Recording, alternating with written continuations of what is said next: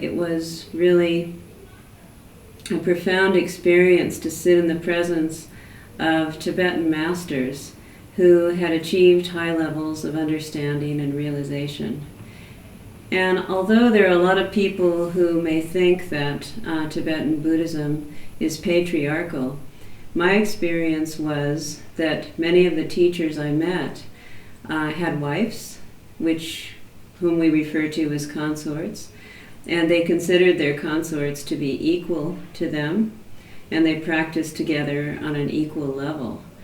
And those who were not married and who were celibate or solitary were engaged in practices where they were invoking the female principle and sustaining that in a state of meditative awareness.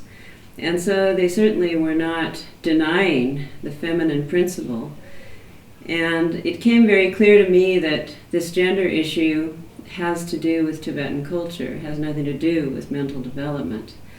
And so I was already empowered as a Western woman to feel that I could learn whatever I needed to learn in that situation, and no one ever blocked me from learning that. And so I was able to go ahead and study under whichever teacher I had the karmic connection to be able to study with.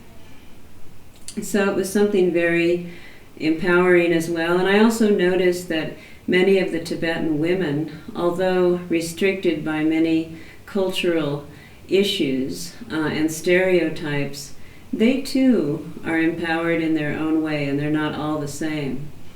For example, every morning I would go to get some fresh bread to the Tibetan lady's house who would bake these little round rotis. And after a while I came to find out that all the men in the house were her husbands, that she had several husbands.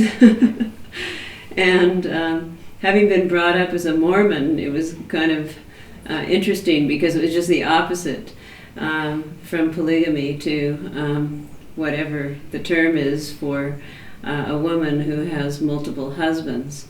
But I came to know this family, and I saw how valued she was. She was the core of the existence of these men, and she carried the weight of the man in the house, and they were like the women.